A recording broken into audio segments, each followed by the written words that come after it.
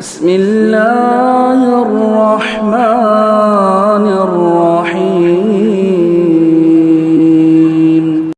الحمد لله نحمده ونستعينه ونستغفره ونعوذ بالله من شرور أنفسنا ومن سيئات أعمالنا من يهده الله فلا مضل له ومن يضلل فلا هادي له وأشهد أن لا إله إلا الله وحده لا شريك له وأشهد أن محمدًا عبده ورسوله يا أيها الذين آمنوا اتقوا الله حق تقاته ولا تموتن إلا وأنتم مسلمون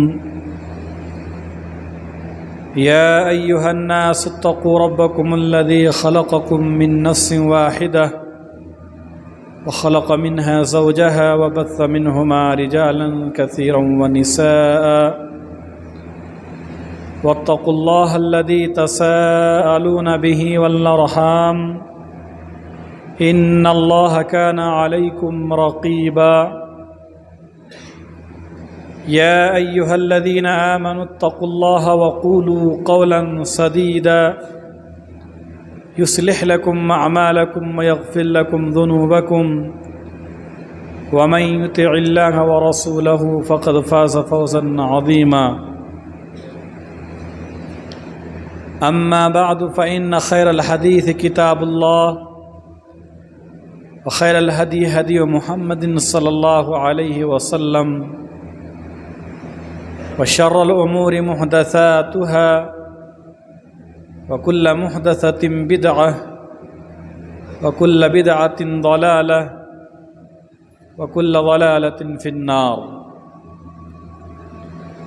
فقد قال الله تبارك وتعالى في القرآن المجيد والفرقان الحميد أعوذ بالله من الشيطان الرجيم بسم الله الرحمن الرحيم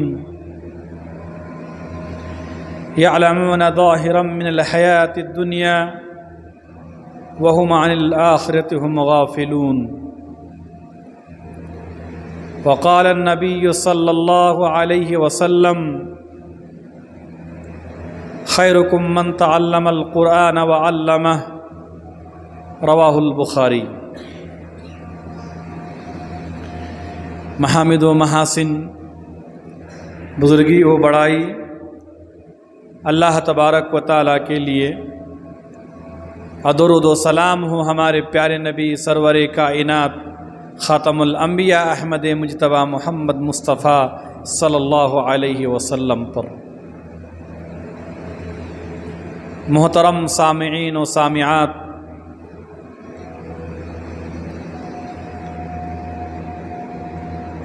شادی بیاہ کے بعد میاں بیوی دونوں کی دلی اور سب سے بڑی خواہش یہ ہوتی ہے کہ اللہ تبارک و تعالیٰ انہیں اولاد جیسی نعمتوں سے نوازے۔ اگر کسی کے یہاں اولاد ہونے میں ذرا تاخیر ہو جاتی ہے تو پھر میاں بیوی بہت پریشان ہو جاتے ہیں۔ دعاؤں اور دوائیوں کا سہارا لیا جاتا ہے، اور جب نئے مہمان کی آنے کی خوشخبری انہیں ملتی ہے تو گھر والے بہت خوش ہوتے ہیں۔ جو ہی بچہ دنیا کے اندر آتا ہے خوشی کی لہر دوڑ جاتی ہے، مٹھائیاں اور لڈوؤں کی تقسیم ہوتی ہے، پھر ماں باپ، خاندان، قبیلے والے اس بچے کا نام انتخاب کرتے ہیں کہ نام کیا رکھا جائے۔ 7ویں دن عقیقہ کیا جاتا ہے۔ بچوں کی عقیقے میں لوگوں کو دعوتیں دی جاتی ہے، خوشی کے مارے ایک دوسرے کو مبارکباد پیش کرتے ہیں۔ اب اس وقت سے لے کر ان کی جوانی تک پرورش محنت و مشقت کا آغاز ہوتا ہے۔ دھیرے دھیرے بچہ جب 4 سال کی عمر کو پہنچتا ہے، پھر ماں باپ کی خواہش ہوتی ہے کہ انہیں اچھے سے اچھے اسکول میں ڈالا جائے، یہ بڑے ہو کر کیا بنے ڈیسائیڈ کیا جاتا ہے کہ انہیں کیا بنانا ہے۔ پھر اس بچے کے پیچھے محنت و مشقت، روپے پیسے کی خرچ، چھوٹا معصوم سا بچہ ہے، ابھی 4 سال کی عمر کو پہنچا ہے، تھوڑا بہت بولنا آیا، اب اسے اچھے سے اچھا مہنگے سے مہنگا اسکول میں ڈالا جاتا ہے۔ ماں باپ اس کی پرورش اور اس کے پیچھے روپے پیسے خرچ کرنا شروع کرتے ہیں۔ والدین بچوں سے پہلے صبح اٹھتے ہیں، اپنے کام کاج سے پہلے بچوں کو نہلا دھلا کر، اسے یونیفارم پہنا کر، کتابوں کا بستہ دے کر، کھانے پینے کا ٹفن دے کر، سیدھے گھر سے باہر جہاں وین یا بس آتے ہیں وہاں تک پہنچتا ہے، بچوں کو خوشی خوشی اسکول بھیجتا ہے واپس۔ پھر ماں باپ اپنے گھر کو آتے ہیں، اس کے بعد پھر اپنا کام کاج شروع کرتے ہیں۔ باپ دکان کو جاتا ہے، آفس کو جاتا ہے، اس کے بعد پھر شام کو جب بچہ واپس گھر آئے، پھر بچے کے ہوم ورک چیک کیا جاتا ہے۔ والدہ محنت کرتے ہیں بچوں کے ساتھ، ان کے ہوم ورک میں ساتھ دیتے ہیں۔ پھر اگر بچے کسی سبجیکٹ میں اگر وہ ویک ہے، کمزور ہے، تو انہیں ٹیوشن لگایا جاتا ہے۔ یہ محنت و مشقت صبح شام رات دن، وہی صبح پھر بچوں کو اسکول چھوڑو، پھر واپس انہیں لے آؤ، پھر ان کے پیچھے موٹی رقم خرچ، ان کی پرورش پر یہ دھیرے دھیرے یہ سال گزرتا جب وہ 16-17 سال کی عمر کو پہنچ جاتا ہے، اس کے بعد وہ 10ویں کا ایگزام لکھا۔ ایگزام لکھ کے جیسے ہی نمبر اچھے نمبرات سے پاس ہوئے، پھر وہی جو عقیقے میں جس طرح ان کی مبارکباد پیش کیے تھے، لوگوں کو کھانا کھلایا تھا، پھر اسی طرح کہیں فنکشن ہال بک کیا جاتا ہے، اور پھر لوگوں کو ایک مرتبہ خوشی کے مارے کھلایا پلایا جاتا ہے کہ میرے بچے نے بڑی کامیابی حاصل کی ہے۔ پھر اس کے بعد پھر طے ہوتا ہے کہ اب آگے اسے کیا کیا جائے۔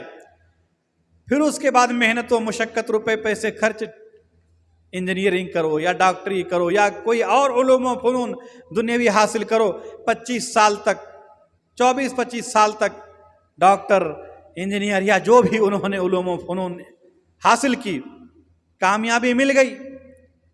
ماں باپ خوبصورت خاندان والی لڑکی سے نکاح کرا دیا، پھر نکاح کے وقت وہی خوشی کا ماحول، پھر کہیں فنکشن ہال بک کیا جاتا ہے، لوگوں کو دعوتیں دی جاتی ہے، پھر کھانا کھلایا جاتا ہے۔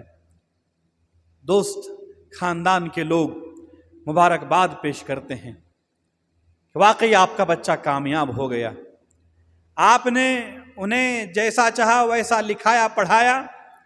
آج بڑی خوشی کا دن ہے کہ بچہ جو ہے، آپ نے اپنے نوجوان بیٹی کی آپ نے نکاح کرا دی، شادی کرا دی، آپ قابل مبارکباد ہیں۔ لوگ ایک دوسرے کو مبارکباد دیتے ہیں۔ بچوں سے دلہے سے گلے ملنے سے پہلے وہ دلہے کے والد سے گلے ملتا ہے، کیوں؟ کہ تو نے کمال کر دیا، تو واقعی مبارک باد کے قابل ہیں۔ واقعی ایسے لوگ قابل مبارکباد ہیں کہ جنہوں نے اپنے بچوں کی پیدائش سے لے کر 25-26 سال کی عمر تک اتنی محنت و مشقت کی، دیکھ بھال کیا، روپے پیسے خرچ کی، اور انہیں اس قابل بنا دیا کہ وہ دنیا کی دوڑ دھوپ میں کہیں پیچھے نہ رہ جائے۔ انہیں اس قابل بنا دیا کہ وہ گرمی اور تپش اور دھوپ کی سختی سے وہ محفوظ رہیں۔ انہیں اس قابل بنا دیا کہ وہ دنیاوی امور میں کہیں پیچھے نہ رہ جائے۔ آپ نے اتنا سب کچھ جو کیا یا جو دنیا والے کر رہے ہیں، کیوں؟ کتنے دن کے لیے؟ اگر ہمارے بچے کی عمر 60 سال اللہ نے لکھی، ہم نے 25 سال تک محنت و مشقت لکھایا پڑھایا، اسے اس قابل بنایا کتنے سال کے لیے؟ باقی اور 35 سال کے لیے. 25 سال تو ان کو سنوارنے میں، ان کو نکھارنے میں گیا اور اسے اس قابل بنایا، تو وہ اور 35 سال یا 40 سال کے لیے پھر آپ بھی مریں گے، پھر وہ بھی بوڑھا ہوگا، ان کے بچے ہوں گے، پھر وہی سبق دوبارہ دہرایا جائے گا. آپ نے کبھی غور کیا کہ آپ یا دنیا والے آج جو بچوں کے پیچھے اتنی محنت کر رہے ہیں 30-35 سال کے لیے، جو ہمیشگی کی زندگی ہے، آخرت کی زندگی، آپ نے اس زندگی کے بارے میں اپنے بچوں کے متعلق کتنی فکر کی؟ آپ نے کتنا روپے پیسے خرچ کیا؟ آپ نے کتنی محنت کی، کتنی مشقت کی؟ موجودہ دور میں مسلمانوں کے درمیان رفتہ رفتہ دینی تعلیم سے دوری اور بیزاری نظر آتی ہے، اور ساری توجہ محض دنیاوی علوم کے لیے. جو لوگ اس طرح کی سوچ رکھتے ہیں، اور واقعی یہی سوچ ہے. ایک آٹو چلانے والا یہ نہیں چاہتا کہ میرا بیٹا میری طرح آٹو چلائے. ایک مزدور جو کڑی دھوپ میں محنت و مشقت کرتا ہے، پسینے سے شرابور ہوتا ہے، وہ یہی نہیں چاہتا ہے کہ میرا بیٹا میری طرح پسینہ بہائے. وہ اسے ایئر کنڈیشن اے سی کے گھر میں رکھنا چاہتے ہیں، اور اس قابل بناتے بھی ہیں کہ وہ دنیا کی دوڑ دھوپ میں کہیں پیچھے نہ رہ جائے، سورج کی تپش اسے جھلسا نہ دے. اس سے بھی سخت گرمی کا ایک جگہ ہے جسے جہنم کہتے ہیں. آپ نے اپنے نونہالوں کے لیے، اپنے بچوں اور بچیوں کے لیے کبھی اس کے بارے میں فکر کی ہے؟ آپ نے کبھی غور کیا ہے کہ اپنے 35 سال کے لیے 25 سال تک محنت مشقت کی؟ رات کو سلاتے ہو بچوں کو تو یہی کہتے ہوئے سلاتے ہو کہ سو جاؤ، صبح اسکول جانا ہے. کبھی یہ نہیں کہے کہ سو جاؤ، فجر کی نماز میں اٹھنا. دیکھیے آپ، نماز مصلیوں کے ایک بھی 12-13 سال کی عمر کے بچے ہماری مسجد میں نہیں ہیں. یہ سوچ ہے. اللہ تبارک و تعالیٰ نے ایسے لوگوں کے، ایسے سوچ رکھنے والوں کی مذمت بیان کی ہے. سورہ روم آیت نمبر 7 کے اندر اللہ تبارک و تعالیٰ فرماتا ہے یعلمون ظاہرا من الحیات الدنیا وہم عن الآخرۃ ہم غافلون. اللہ فرماتا ہے کہ یہ لوگ محض ظاہری دنیاوی علم ہی کچھ رکھتے ہیں اور آخرت کے علم سے بالکل غافل ہیں. ابن عباس رضی اللہ تعالیٰ عنہ تفسیر کرتے ہوئے لکھتے ہیں کہ وہ لوگ مراد ہیں جو دنیا بنانا جانتے ہیں، جو خرید و فروخت بڑے ماہر، تجارت میں بڑے ماہر، صنعت و ہنر میں بہت ماہر ہیں، لیکن دین سے بالکل جاہل ہیں. امام حسن بصری رحمہ اللہ نے تفسیر کی اور کہا کہ اللہ کی قسم، دنیا والے دنیاوی علوم و فنون میں اتنے ماہر ہیں کہ وہ اپنے ہاتھوں کے ناخن میں سکہ رکھ کر، درہم و دینار رکھ کر ان کا وزن بتا دیتا ہے. لیکن ایسے لوگوں کو نماز کا سلیقہ نہیں معلوم. آج وہی حال ہے ہمارا، اور اس قابل مذمت ہم ہی ہیں کہ ہم نے اپنے بچوں کو صرف اور صرف دنیاوی اور عصری تعلیم کی فکر کی. ہم نے ان کی اخروی فکر نہیں کی. انہیں اس قابل نہیں بنایا کہ وہ نماز کے پابند بنے. نماز، روزے، حج، زکوٰۃ کے احکام مسائل انہیں معلوم نہیں. افسوس کی بات ہے کہ آج اکثر و بیشتر مسلمان بچوں کو قرآن پڑھنا تک نہیں آتا. نبی جناب محمد رسول اللہ صلی اللہ علیہ وسلم کی سیرت سے وہ ناواقف ہیں. صحابہ کرام رضی اللہ تعالی عنہم کی زندگی سے بالکل نابلد ہیں. وہ آخرت کے بارے میں کبھی سوچتا ہی نہیں ہے، کیونکہ ہم والدین نے کبھی اس کے بارے میں فکر کیا ہی نہیں. ساری توجہ، ساری محنت و مشقتیں صرف اور صرف دنیاوی علوم و فنون پر. صبح ہوتے ہی بس وہی فکر ہے، اسے اسکول میں بھیجا جائے، اسے کالج بھیجا، بڑی اچھی بات ہے، آپ انہیں پڑھاؤ لکھاؤ، دینی اور دنیاوی اور عصری تعلیم سے آراستہ پیراستہ کرو، لیکن اس سے قبل انہیں دینی تعلیم سے بھی آراستہ و پیراستہ کرنے کی ضرورت ہے۔ لاکھ ڈگریاں حاصل کر لے وہ جاہل ہی رہے گا جب تک اسے قرآن مجید کے گھر پہ پڑھنا نہیں آئے گا۔ اس بارے میں غور و فکر کرنا ہے کہ ہم کہاں جا رہے ہیں۔ اللہ تبارک و تعالیٰ نے مذمت بیان کی سورہ روم آیت نمبر 7 کے اندر کہ یہ لوگ محض ظاہری علوم و فنون اختیار کرتے ہیں، اخروی علوم سے بالکل غافل ہیں، نادان ہیں، ناسمجھ ہیں۔ آپ غور و فکر کریں، بچپن سے لے کر ان کی شادی تک جو آپ نے خوشیاں منائیں، کل قیامت کے دن کہیں یہ مہنگی نہ پڑ جائے۔ غور و فکر کریں کبھی آپ کہ پیدائش سے لے کر ان کی جوانی تک جو آپ نے خوشیاں منائیں، روپے پیسے آپ نے خرچ کیا، آپ نے دینی تعلیم کے لیے کتنا خرچ کیا۔ یحییٰ ابن معین رحمہ اللہ نے دینی تعلیم حاصل کرنے کے لیے کہتے ہیں کہ آج کے رقم میں تقریباً انہوں نے 10 کروڑ روپے خرچ کیا اس زمانے میں۔ عبداللہ ابن مبارک رحمہ اللہ نے کروڑوں درہم و دینار خرچ کیے انہوں نے دینی تعلیم حاصل کرنے میں۔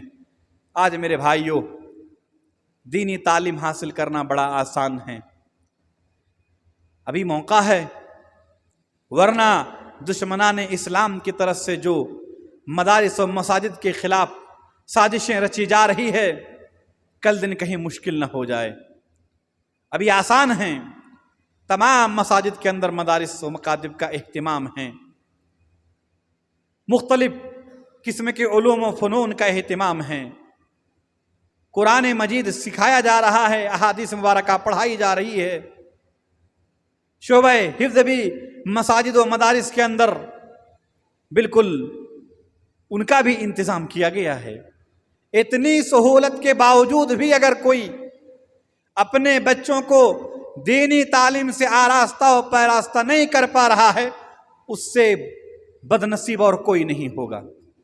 اللہ کے رسول جناب محمد رسول اللہ صلی اللہ علیہ وسلم نے فرمایا کہ جو لوگ دینی تعلیم سے غفلت برتتے ہیں اور صرف دنیاوی علوم و فنون میں رغبت پیدا کرتے ہیں، انہیں صرف دنیاوی علوم میں ہی رغبت ہے، ایسے لوگوں کے متعلق صحیح حدیث اللہ کے نبی صلی اللہ علیہ وسلم نے فرمایا ان اللہ یغبض کل عالم بالدنیا وجاہل بعلم الآخرہ، بے شک اللہ عز و جل ہر اس آدمی کو ناپسند کرتا ہے، ہر اس آدمی کو ناپسند کرتا ہے جو دنیا کے اعتبار سے تو بہت جاننے والا ہے، ماہر ہیں، عالم ہیں، لیکن اخروی اعتبار سے بالکل جاہل ہیں،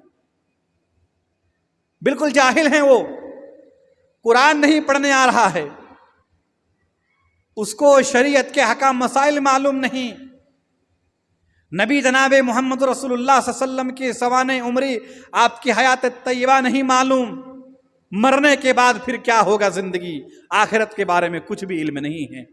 ایسے لوگوں کے متعلق اللہ کے نبی صلی اللہ علیہ وسلم نے فرمایا وہ اللہ تبارک و تعالیٰ کے محبت سے محروم ہیں، وہ اللہ کے نزدیک سخت ناپسندیدہ ہیں۔ اب آپ بتاؤ، آپ اپنے بچے کو اللہ تبارک و تعالیٰ کے محبوب بنا رہے ہو یا مبغوض بنا رہے ہو؟ آپ اپنے نونہالوں کو اللہ تبارک و تعالیٰ کا پسندیدہ بنا رہے ہو یا اللہ تبارک و تعالیٰ کا ناپسندیدہ بنا رہے ہو؟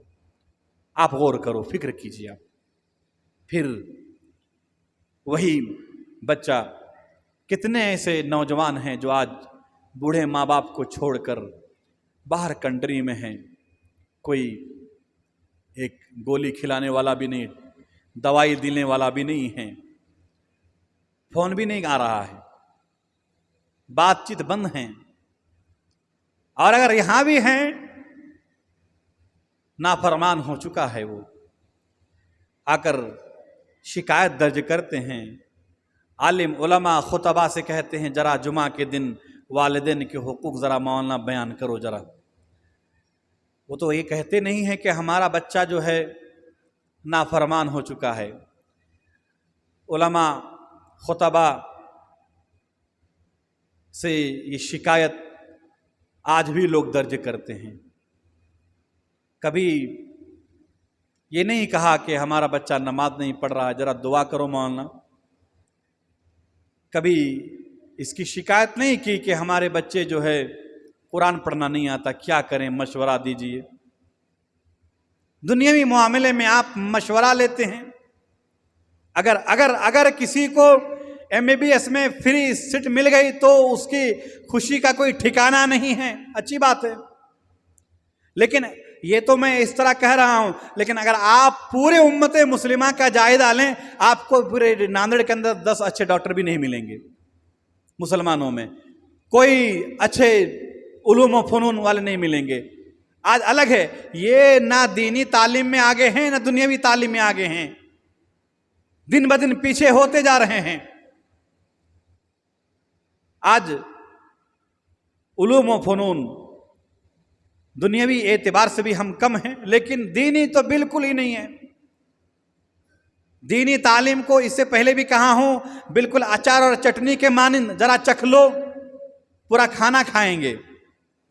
اچار اور چٹنی سے پیٹ نہیں بھرتا، صرف چکھنے کے لیے، مزہ لینے کے لیے۔ یہ حالت ہے آج مسلمانوں کی۔ غور و فکر کرنے کی، سنجیدگی سے سوچئے گا گھر میں جا کر رات کے سناٹے میں کہ آپ اپنے بچوں کی جو عقیقے سے لے کر جو شادی تک جو خوشیاں منائیں، لوگوں کو کھلائے پلائے، لوگوں نے مبارکباد دی، بڑی اچھی بات ہے، لیکن آپ نے آخرت کے لیے کیا وقت کیا؟ آپ نے آخرت کی زندگی کے لیے کتنی محنتیں کی، کتنا روپے پیسے آپ نے خرچ کیا اپنے بچوں کے پیچھے؟ اگر آپ اپنے بچوں کو دنیاوی علوم کے ساتھ ساتھ دینی تعلیم سے بھی آراستہ و پیراستہ کیے ہوتے تو وہ آپ کا بھی فرما بردار بنتا، اللہ تبارک و تعالیٰ کا بھی فرما بردار بنتا۔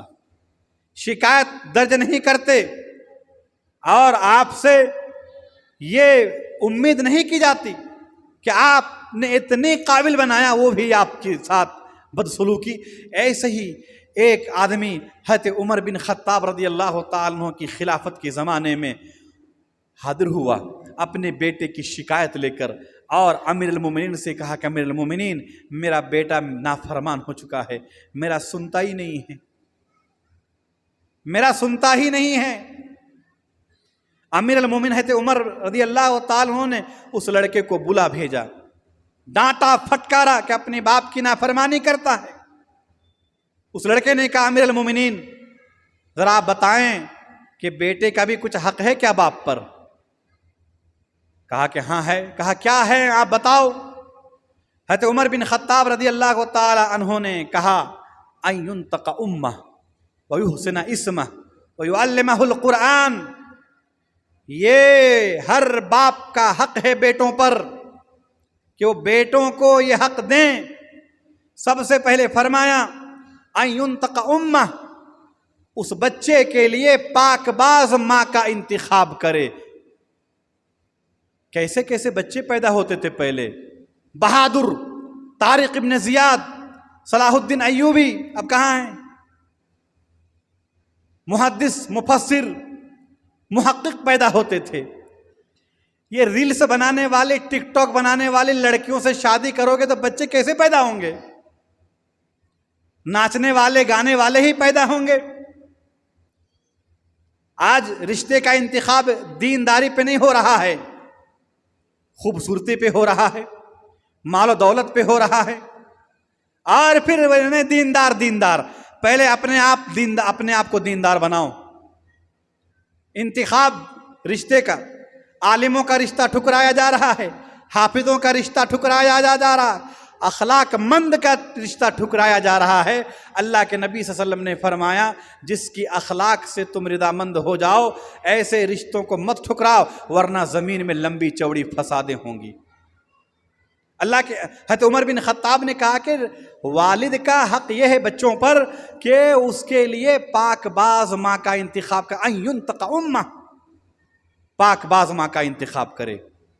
شادی آپ کر رہے ہو تو آپ 2-4 دن کے لیے نہیں کر رہے ہو، اس کے بطن سے، اس کے کوکھ سے آپ کے مستقبل پیدا ہونے والے ہیں، آپ کے بیٹے بیٹیاں پیدا ہونے والے ہیں، تو آپ کیسی ماں آپ نے انتخاب کیا ہے اپنے بچوں کے لیے، وہ دیکھنا ہوگا۔ حضرت عمر نے کہا اَيُنْتَقَ أُمَّةً، پاک بعد ماں کا انتخاب کرے۔ پھر آگے فرمایا وَيُحْسِنَ اسْمَهُ، دوسرا حق یہ ہے کہ بچے کا اچھا نام رکھے، اچھا نام رکھے۔ اچھا نام سے مراد کیا ہے؟ اللہ کی جو صفت ہے وہ عبداللہ، عبد الرحمن اللہ کو بہت پسند ہے۔ انبیاء علیہ السلام کے نام رکھیں، صحابہ کرام کے نام رکھیں، جو اردو میں نام رکھتے ہیں اس کے اچھے معنی ہوں ایسا نام رکھیں۔ کسی کرکٹ کھلاڑی یا کوئی اور دنیا والے کا نام آپ مت رکھو ایسا، نام میں بڑا اثر ہوتا ہے، بہت اثر ہوتا ہے نام میں۔ صدام جو نام ہے، صدام، وہ نام کا معنی اچھا نہیں ہے، صدام کا نام اچھا نہیں، اس نام کا معنی۔ اور جس نے نام رکھا تو نام کا بڑا اثر ہوا۔ اس طرح اور بھی بہت سارے نام ہیں جو لوگ نام سن کے رکھ لیتے ہیں، اچھا نام رکھا کرو، نام میں بڑا اثر ہوتا ہے۔ اس کے بعد فرمایا عمر بن خطاب نے کہ والد کا بچوں پر حق یہ ہے کہ وہ یعلمہ القرآن، اسے قرآن کی تعلیم دیں۔ یعنی جس عمر میں، جیسے میں نے شروع میں بتایا کہ آج لوگوں کی فکر کیا ہے، ذرا بچہ بولنا آئے 4 سال کی عمر میں ہم نے اچھے سے اچھا اسکول میں ڈالا، اسی عمر میں ہمیں چاہیے کہ ہم مدرسے میں بھی ڈالیں، دینی علوم سے بھی آراستہ و پیراستہ کریں۔ حضرت امام شافعی رحمہ اللہ 6 سال کی عمر میں حافظ قرآن، کتنی عمر میں؟ 6 سال میں۔ حضرت امام بخاری رحمہ اللہ نے اتنی کتابیں لکھی، بچپن میں ان کی آنکھیں چلی گئی تھی، ان کی والدہ نے نماز پڑھ کر مصلی میں دعا کی، والد نہیں تھے، انتقال کر گئے تھے، والدہ نے دعا کی، خواب میں دیکھا حضرت ابراہیم علیہ السلام آئے اور امام بخاری رحمہ اللہ کی آنکھوں میں ہاتھ پھیرا، خواب حقیقت میں تبدیل ہوئی، بچوں کی آنکھوں میں دیکھا تو بینائی لوٹ آئی تھی۔ پھر اللہ نے اتنی آنکھوں میں بینائی اور پاور دیا کہ وہی بچہ جو بچپن میں بینائی چلی گئی تھی، ایک کتاب لکھا چاندنی رات میں، چاند کی روشنی میں انہوں نے کتاب لکھی۔ دعا کریں آپ اپنے بچوں کے لیے، نافرمان ہو گیا ہے دعا کریں، نماز نہیں پڑھ رہا ہے آپ دعا کریں۔ آپ کیا سمجھتے ہیں آپ اپنے آپ کو حاجی، نمازی، عمرہ کر کے جنت چلے جائیں گے؟ آپ کا کوئی مواخذہ نہیں ہوگا، اللہ پوچھے گا کلکم راعٍ وکلکم مسئول عن رعیتہ، ہر آدمی ذمہ دار ہیں، اسے اس کی ذمہ داری کے متعلق پوچھا جائے گا۔ عمر بن خطاب نے جب یہ باتیں کہی اس لڑکے سے کہ یہ حقوق ہیں، تو اس لڑکے نے کہا کہ امیر المومنین، میرے والد نے ان تینوں میں سے ایک بھی حق ادا نہیں کیا۔ میری ماں جو ہیں وہ ایک مجوسی آدمی کی سوڈانی لونڈی ہے، اس سے میرے باپ نے نکاح کیا۔ میرا نام ایک عربی میں نام رکھا جوال، جو ایک کیڑے کا نام ہوتا ہے گوبر میں رہنے والا کا، وہ نام رکھا میرا، اور مجھے قرآن مجید کا ایک حرف بھی نہیں پڑھایا۔ حضرت عمر رضی اللہ تعالی عنہ اس باپ کی طرف متوجہ ہوئے اور فرمایا جیت الی تشکر عقوق ابنک وقد عققہ قبل ان یعقق، کہ تو اپنے بیٹے کی شکایت لے کر آیا ہے نافرمانی کا، تیرا بیٹا تیری نافرمانی کرتے قبل اس کے کہ تو نے اپنے بیٹے کے ساتھ نافرمانی کی، تیرا بیٹا تیرے ساتھ برا سلوک کرتے تو نے پہلے اپنے بچوں کے ساتھ برا سلوک کر چکا ہے۔ تو اس واقعے سے معلوم کیا ہوا کہ آپ کو جو اپنے بچوں کی شکایت آپ کر رہے ہو، نافرمان آپ کے بچے ہو رہے ہیں، کہیں نہ کہیں اس میں ہمارا ہی قصور ہے۔ اسی لیے میرے بھائیو ضرورت اس بات کی ہے کہ جہاں ہم اپنے بچوں کو، بچیوں کو دنیاوی اور عصری تعلیم دے رہے ہیں، انہیں ہمارا خواب یہ ہے کہ اچھے سے اچھا ڈاکٹر ہو، اچھے سے اچھا انجینئر ہو، یہ سوچ کیوں نہیں پیدا ہوتی کہ اس کے ساتھ ساتھ یہ حافظ قرآن بھی ہو، اس کے ساتھ ساتھ یہ محقق ہو، محدث ہو، حدیث کا علم ہو، اسے دین کے احکام مسائل معلوم ہو۔ آپ کو کوئی نہیں روکے گا، بلکہ چاہیے بھی کہ آج ہم اپنے بچوں کو، اپنی بچیوں کو دنیاوی تعلیم سے آراستہ و پیراستہ کریں، اس سے پہلے ہم دینی تعلیم سے اسے آراستہ و پیراستہ کریں۔ دینی تعلیم کی سخت ضرورت ہے، اور اس کے پیچھے روپے پیسے بھی خرچ کرنا ہے۔ آپ سوچیے، آپ غور کیجیے، آپ کہ آپ اپنے بچوں کی دنیاوی تعلیم کے پیچھے کتنا خرچ کر رہے ہیں، اور دینی تعلیم کے پیچھے آپ نے کتنا خرچ کیا ہے۔ آپ غور کریں، کبھی آپ سنجیدگی سے سوچیے، آپ کہ آپ اپنے نونہالوں کو، اپنے بچوں کو کس طرح کی زندگی دینا چاہتے ہیں۔ آپ دنیا کی زندگی محض چند دن کی ہے۔ اتنی مختصر زندگی کے لیے جب ایک ماں باپ اتنی محنت و مشقت کر سکتا ہے، آپ کے 8 10 9 بچے ہیں، ایک بھی حافظ قرآن آپ نے نہیں بنایا، ایک بھی عالم دین نہیں آپ کا، کون دعا کریں گے آپ کی وفات کے بعد؟ پھر ہمیں درخواست دو گے، کون کریں گے دعا آپ کے لیے؟ کون کریں گے؟ آج بھی ایسے بچے ہیں جو والدین کی نماز جنازہ میں نہیں پہنچ پا رہے ہیں۔ وہ زندہ رہنے، جب زندہ تھے والدین، اس وقت جب اچھا سلوک نہیں کیا، تو ایسے بچوں سے، ایسے اولاد سے یہ کون والدین ایسی امید رکھ سکتے ہیں کہ یہ ہمارے دنیا سے چلے جانے کے بعد ہمارے حق میں دعا کریں گے؟ مدرسہ کھل چکا ہے تمام ہندوستان کے اندر۔ رمضان کے بعد شوال کا مہینہ شروع ہوتے ہی دینی مدارس کھل جاتے ہیں، داخلہ شروع ہو جاتا ہے۔ آپ بھی اپنے بچوں کو، اپنی بچیوں کو ایسے مدارس و مکاتب میں داخلہ دلائیں، انہیں قرآن و سنت کا پیشوا بنائیں، انہیں حافظ قرآن بنائیں، انہیں دین کے ہم احکام مسائل سکھائیں۔ یہ ہم پر لازم ہے، یہ دین علم حاصل کرنا فرض ہے۔ یہ اللہ تبارک و تعالیٰ نے سب سے پہلا وحی، سب سے پہلی وحی جو اللہ کے نبی صلی اللہ علیہ وسلم پر نازل فرمائے، ہم سب جانتے ہیں، سب کو معلوم ہے، لیکن ہمیں چاہیے کہ ہم اس پہ عمل کریں۔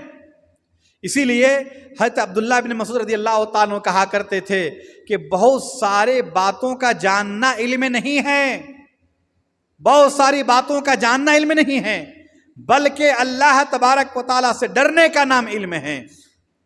اللہ سے ڈرنے کا نام علم ہے۔ علم دین حاصل کرنے کا سب سے پہلا مقصد یہ ہے کہ میں اللہ تبارک و تعالیٰ کی معرفت حاصل کر لوں، اللہ کے بارے میں جان لوں، اس کا ڈر خوف مجھے معلوم ہو جائیں۔ یہ سب سے بڑا مقصد ہے دینی تعلیم حاصل کرنے کا۔ اللہ نے فرمایا سورہ فاتر آیت نمبر 28 کے اندر، انما یخشی اللہ من عبادہ العلماء، اللہ تبارک و تعالیٰ سے اس کے وہی بندے ڈرتے ہیں جو علم رکھتے ہیں، جو ڈرتے ہیں، علم رکھتے ہیں۔ جن کے اندر علم ہوگا وہ اللہ سے ڈرے گا، جن کے اندر علم نہیں ہوگا وہ اللہ سے کیسے ڈرے گا؟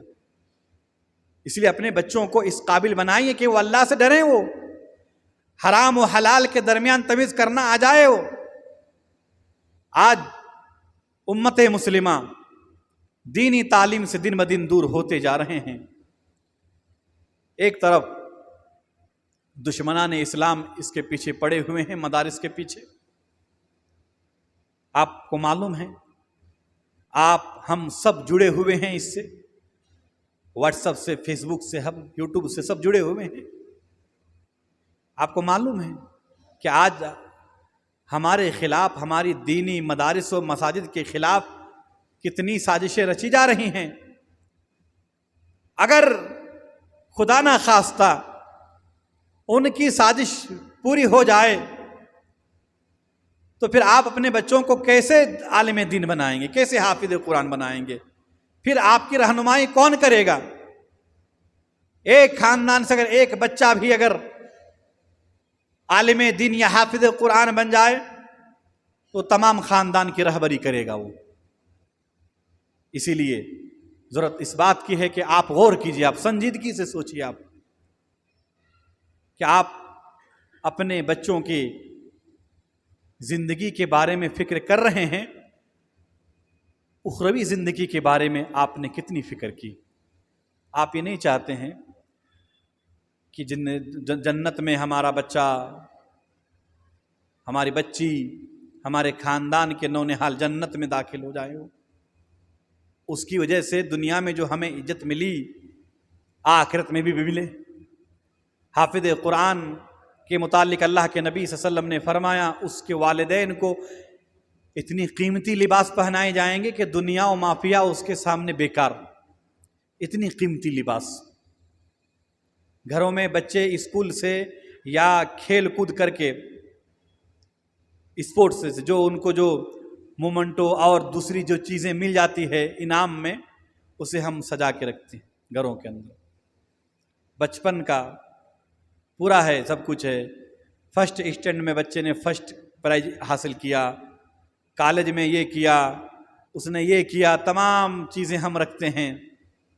یہ بیکار ہے. یہ اس لباس کے بارے میں، جس لباس کے بارے میں اللہ کے نبی نے فرمایا.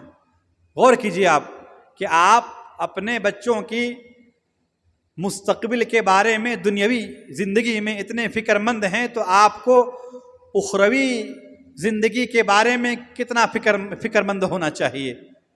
ہم اپنے بچوں کو دنیاوی تعلیم کے لیے، ہم اپنے بچوں کے پیچھے اتنا روپے پیسے خرچ کرتے ہیں تو ہمیں دینی تعلیم کے لیے ہمیں کتنا خرچ کرنا چاہیے.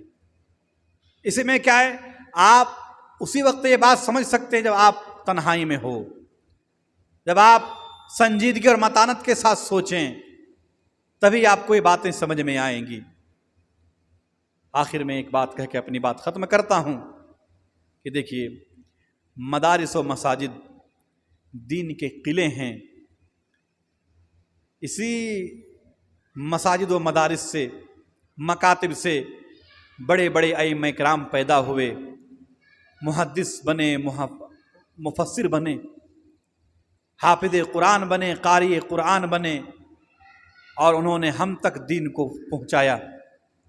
محنتیں کی، مشقتیں کی، انہوں نے لمبا لمبا سفر کیا. انہوں نے جب یہ مدارس و مساجد آج ہیں تو ہم میں سے ہر ایک کی ذمہ داری یہ ہے کہ ان کی حفاظت کریں.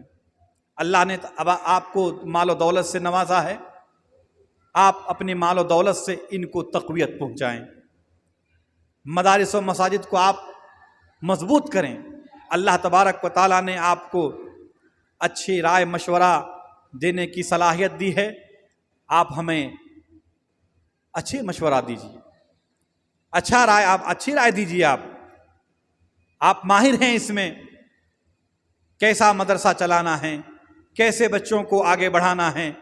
اس کے بارے میں آپ کے پاس اگر ایسی کوئی چیز ہیں، صلاحیت ہیں آپ کے اندر، آپ وہ پیش کریں. اللہ تبارک و تعالیٰ نے جو بھی آپ کو عنایت کی ہے، آپ اس میں سے کچھ نہ کچھ مدارس و مساجد میں ضرور وقف کریں. اللہ تبارک و تعالیٰ سے دعا گو ہوں کہ الہ العالمین تو ہمیں نیک عمل کرنے کی توفیق عطا فرما. پروردگار عالم تو ہمیں اور ہماری اولاد کو دینی تعلیم سے آراستہ و پیراستہ کر. پروردگار عالم دشمنان اسلام کی ہر مکر و فریب کو تو ناکام کر. الہ العالمین ہم میں سے جو بیمار ہیں تو انہیں شفائے کاملہ عاجلہ عطا فرما. پروردگار عالم ہم میں سے جو پریشان حال ہیں تو ان کی پریشانی کو دور فرما. ہم جب تک زندہ رہیں تو ہمیں ایمان کی حالت میں زندہ رکھو. جب ہمارا خاتمہ ہو ایمان پر ہو، اسلام پر ہو. آمین. ان فی ذلک لذکری لمن کان له قلب القى السمع وهو شہید.